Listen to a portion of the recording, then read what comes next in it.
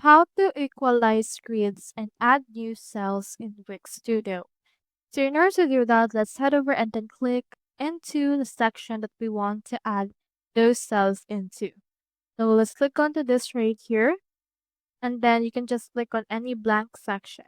As of right now, this is actually an image, and if you want to add a cell, you can head over and then utilize it by going over right here into our unstretched option. Once this image has been unstretched, we have now in here some blank section.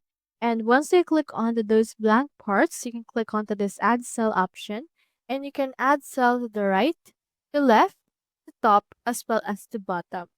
So in that way, as you can see right now, we have in here this blank part, and you can equalize them by adding some more cells. So for example, let's click onto this to right, and it should be able to add a column to the right.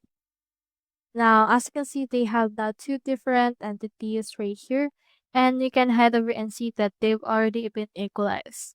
If you want to confirm, you can open right here Inspector, and then from in there, you can click on any which part. As you can see, this has 633 by 494, and the other one also have that, which means that it's already been equalized. So that's how you equalize grids and add new cells in Wix Studio. Hope we helped.